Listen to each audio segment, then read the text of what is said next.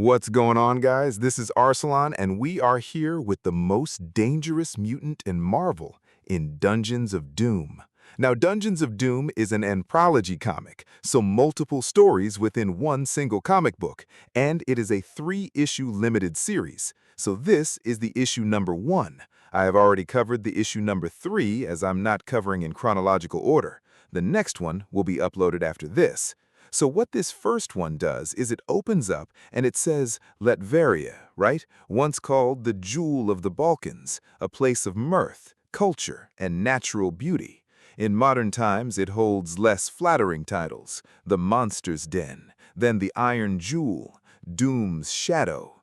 Victor Von Doom is dead. His strongholds lie empty. His people are leaderless. Allies, rivals, enemies, and vassals alike scramble to gather up his leavings, for who can know what secret treasures Doom was hiding within its walls?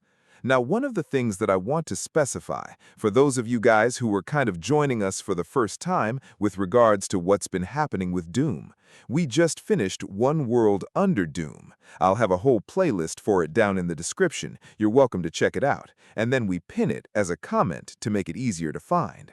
The idea behind One World Under Doom was effectively Doom had taken power. He had become the new Sorcerer Supreme following Blood Hunt, and then at the end of One World Under Doom, he died. Certainly not the first time that's happened in Marvel Comics. This, in fact, is kind of a repeat of Fantastic Four issue number 200, to be honest. So something akin to what happened in Fantastic Four Annual 15 will likely take place in the future. But the point is, Dr. Doom's entire kingdom is now leaderless, and so what's happening here is exactly what you would expect, a combination of civil wars and various entities out there all vying for whatever Doom had within his kingdom. Because, as most of you guys probably know, even if you're not overly familiar with Dr. Doom, in Marvel Comics, he guarded Latveria jealously, right? You didn't just simply walk into Latveria and start plundering its resources. Dr. Doom would toss you in a prison or just outright kill you. But without him there, now it's ripe for the pickings. And so when you see these groups fighting against one another, right, one of them says, Latveria is ours, not Doom's, and never the West's, right? These are Latverian nationals, Latverian soldiers. The second group is basically American soldiers, right? We're pushing back the freedom fighters, sir, but if we use mortars, we risk a cave-in. Right? And this guy says, freedom fighters. If those mud farmers wanted freedom, Major, they'd be welcoming us. Take that gate by any means. Right? In the midst of all of this, when these groups are going against each other, Hydra shows up, right? And in fact, one of the guys is just like, what the hell hit us? Right? And then they look up and realize Hydra's flying in with jets. And Hydra just kind of broadcasts out to everybody, right? Well done, peasants. Maim and kill each other. All that was Doom's is now Hydra's. And so Hydra just says, right, take down that gate, kill anyone we find inside. And so the Latverians are holding off as best they can, but they don't really have the same resources that Hydra has, and certainly not the same resources that an American-backed military has, whether they're American soldiers and/or simply just supported by the U.S. military. And so with Hydra just firing in on all these soldiers, right, one of them says, Alexei, we cannot stay here. Get up. And that's where Alexei says, we can't let them take the stronghold. We will kill any who try. And again, U.S. soldiers, right? We've got Hydra, sir. They're taking the gate. We need air support. And that's where this guy, who's kind of leading the charge, says, fine, I will do it myself, just like I always do. And we find out as Thunderbolt Ross, it's Red Hulk, right, who shows up here. Now, Red Hulk does have a personal vendetta against Doom that was all kind of covered during One World Under Doom. But the important thing here is that he shows up and starts taking out Hydra agents, these Hydra craft, everywhere he can. But as you can tell, the entire place has fallen into a state of disarray. Now, it's not like the entire world is descending on Hydra, but there are a lot of forces here, some of which we see, and some of which we won't see until we get to the end. But what we end up doing here is picking up with Chapter 1, the Whisper Man. And this is that mutant that I was telling you guys about, right? That what you end up doing is picking up with these soldiers, right? The Red Hulk and these guys, right? And one of them calls out, right? Woods, Sergeant Major Woods, anyone who can hear me, sound off, right? So they basically start calling out their names so that we know who it is that's alive. The Red Hulk, of course, emerges as you would expect him to, right? Which Red Hulk, he's not going to be taken out by a cave-in, right? But again, the question is asked, is anybody hurt? And that's where one of the guys is like, well, all of us probably, right? And it says, anybody whose flashlight still works, pull it out. And that's when they start to look around, and they realize that they're down under Latveria in this exceedingly old dungeon that's reminiscent of the old country. Now, it's one of these parts of Latveria that we haven't really seen before, because more often than not, when you do see Latveria, it's the Baron's castle, the castle that was taken over by Victor von Doom. This does bear a striking resemblance to the Forever City from Jonathan Hickman's Fantastic Four run, if you know what that means. But the fact is, right, one of these guys says, did anyone know that this was down here? And he's kind of told, not our intel people, and definitely not me. None of our imaging went this deep. And so the question is asked, right? Ross, are you still in comms? And of course, Thunderbolt Ross fires back and is like, are there any Americans down here too? Because keep in mind, despite the fact that Thunderbolt Ross is Red Hulk, he will still do whatever he has to protect the lives of American soldiers. He's a general first and a Hulk second. Right? So it's not like this whole Bruce Banner Incredible Hulk dichotomy, where the Incredible Hulk kind of operates separate from Bruce Banner, with his own schemes, motivations, different things like that. But the whole place kind of starts shaking around them, and it gives the signs of a cave-in. And so the question is asked, like, what in the hell was that? And that's where one of the guys says, it's Thunderbolt Ross doing what he does. Even before he was a Hulk, he would have brought the roof on us, right? So let's move. We are not helpless. At least one of these doors is a way out. And so they start making their way through this whole facility. And this guy says, one of these doors has broken open. And so they ask the question, is anyone down here? But when they get inside, it's almost kind of like this just twisted and sadistic laboratory. On the inside, you've got a guy that's just hanging from chains, right? You've got basically his body parts, organs and whatnot that are just in jars all over the place. The organs of other people who were there. It's pretty twisted, right? And that's where this voice just kind of comes out of nowhere and says, this is the voice of Professor Charles Xavier. If you are hearing this message, you have tripped a proximity alarm. Turn back. This room was never meant to be opened. It holds an organism beyond your comprehension, a mutant who should never have been born. And then, at that point, we cut to Chapter 2 and a whole different group. We get left on a pretty significant cliffhanger regarding that story, right? And so the second group picks up with the Latverian freedom fighters, right? And initially, they're just kind of pulling these guys out of the rubble. Specifically, it's Sophia being pulled out of rubble. Now, Sophia is a new character introduced in this comic, so don't feel bad if you don't recognize the name.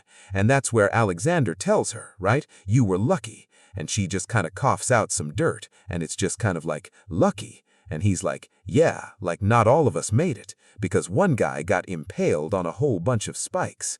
And so they're ultimately called over to another location, and they end up finding a Hydra agent who's trapped down here in the rubble and just smashed to pieces. And so they ask the question, right? What do we do with him?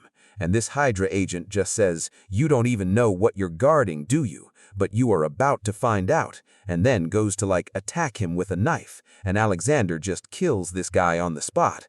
And so he just says, let's go. Alexander is pretty badass, right? This guy's pretty dope. And so as they're making their way through here, right, one of the other guys asks the question, where is there to go when you're nowhere, right? We need to get out of here, man. This place is a death trap. And Alexander just says, shut up and remember your dignity. And he says, we could not defend this place. So now our strategy changes. And that's where the question is asked, right? We hunt down the survivors. And we ultimately find out this is a guy named Boris. And so Alexander tells Boris, right, you're a big man, but you do not stand a chance against a Hulk. We are in a race now, and we have an advantage. Doom killed all the engineers and construction workers who built this facility, but not before they leaked information to a rebel faction. This is the Crypt of Monsters, a place where terrors are buried, but it's also a shortcut. And he says one of these tombs opens up into a passage that will take us to the deepest dungeon, where Doom kept his most closely guarded secrets. And that's where Boris chimes in and he says, we've talked before about how we could make use of this in our fight for Latveria. What he's told, I need your muscles, comrades. And so they ultimately just end up pushing off the top of one of these tombs. Now, as you guys know, if nothing else than watching The Mummy with Brendan Fraser, you go walking through a crypt and you just start opening up tombs, God only knows what's gonna happen. And that's exactly what happens with these guys, right? They push the top off this thing, and immediately this eldritch critter emerges with eyeballs all over the place and just starts attacking everybody. And Alexander's just like, light it up. This guy asks no questions, right? He's like, immediately open fire. One of the guys gets seized by this thing's tentacles, and it starts siphoning off this guy's life force, right? It literally kills him on the spot, and then just starts going after everybody else. And that's where the statement is made, right? They all have their reasons for being here, the scars they carry that will never heal. Boris watched his parents be electrocuted by Doombots. Fader was tortured. Sophia spent most of her childhood in a work camp. That's where her jaw was torn off and replaced with a scrapped Doombot's jaw. And Alexander, he lost his sister.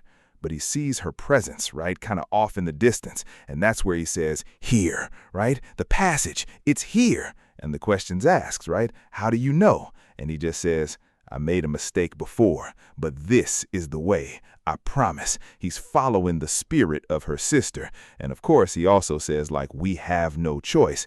But it's an important thing to understand here, right? Whenever it comes to Latveria and it comes to Dr. Doom, it's never really as simple as it is in the real world. For example, Mr. Beast goes into some pyramids in Egypt. What's going on, guys? This is Mr. Beast, and in this video, we're just gonna wake up and disturb some Egyptian curses. It's never really anything like that, right? That instead, there's a lot of mysticism that's involved here, tangible mysticism, some of which was conjured by Doom's self, and some of which is seemingly always existed here. There's a lot of mystery and intrigue that surrounds Latveria because it has a very, very long history within Marvel. I would go so far as to say Dr. Doom probably knows them all, but Alexander seeing his sister appear as a spirit would not be that uncommon for a place like this that is so steeped in magic and mysticism. And so at that point, we switch over to Chapter 4, specifically with the Hydra agents. And they can't move initially, right? They're just kind of trapped down inside this ship that's crash-landed into the dungeons of Doom. And at the moment, their biggest concern is the Red Hulk, which is why one of them says, right, do you still have your torch? And the other guy's like, I think so, just let me turn it on. And they end up realizing that one of them is just kind of laying there with a broken back, right? That is Thelulus. And so that's where the three of them who are able-bodied basically start pulling Thelulus out of this place in order to essentially keep themselves from being crushed to death by the rocks that are on top of them, because they are destroying that little ship that they are in. But once they get out of it and they start looking around, they realize they're also in the dungeons of Doom. But their story is much shorter and far more confined than any of the other stories, because they don't really go anywhere. Instead, they're kind of stuck in this room, and what one of them looks over and they just see something on an anvil, right? And they ask the question, what is that? And this guy just says, it's just an old hammer. And one of them tries to lift it up, but it's incredibly heavy. And he just asks, right, how is it so heavy? It just will not budge. Now, here's the kicker about this. And maybe I'm wrong. Somebody correct me if I am.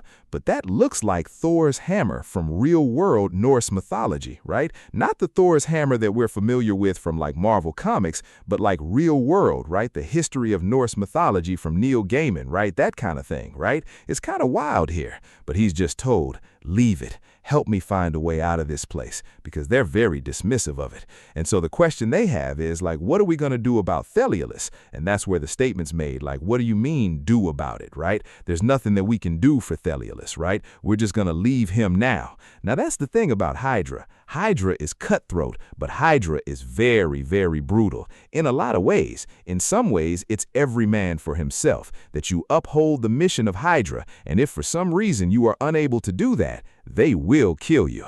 And so that's where their leader goes for the door, but he can't really move it, right? He's like, I suppose we could try to break through it. And that's where one of them says, Theliolus is trying to say something, right? And he's just like, oh, cool, well, I have something to say as well. And he just kills Theliolus on the spot, right? And that's where one of them is like, you really didn't have to do that. And he just says, your objection is noted. Pick up a stone and let's get to work. But that's when he looks over at the table and he's like, did one of you say something? And this guy is like, no, like none of us said anything. He just says, like, I thought I heard a voice. And they asked, saying what? He was like, it was only a whisper, but it sounded like worthy. And he picks up the hammer, right? And so at that point, we jump to chapter 4. And this is where things are really cool because it's not really a huge conversation or a scenario. It's just kind of a sequence of events unfolding. And this person says he flies at night in Wakanda. They call him Umbra. Since the fall of Doom, Latveria has descended into chaos, a war zone of competing forces. Wakanda wants a piece of the land, resources, wealth, and power. But Umbra is not Wakandan, even if he is here at their behest. He wants only one thing, one small thing, and then he will be on his way. His king might be the Black Panther, but he acts alone as he serves another. And he literally lands within Latveria itself and then just like jumps over to what's basically the opening or the entry point for the Dungeons of Doom. And this voice just says, you have fallen through the Overdark, but now you must descend through the Underdark of the dungeons. There our treasure waits. Kill any who stand in your way. And he just addresses this guy and says, yes, Nagioku. Now, one of the things that I want to specify here, this is a new character. Both of these guys are. So we're kind of stepping into new territory here. That's why I say it's a springboard story, an anthology book, because depending on the popularity of a lot of these themes within this comic, that they may or may not find some measure of storytelling outside of the Dungeons of Doom miniseries.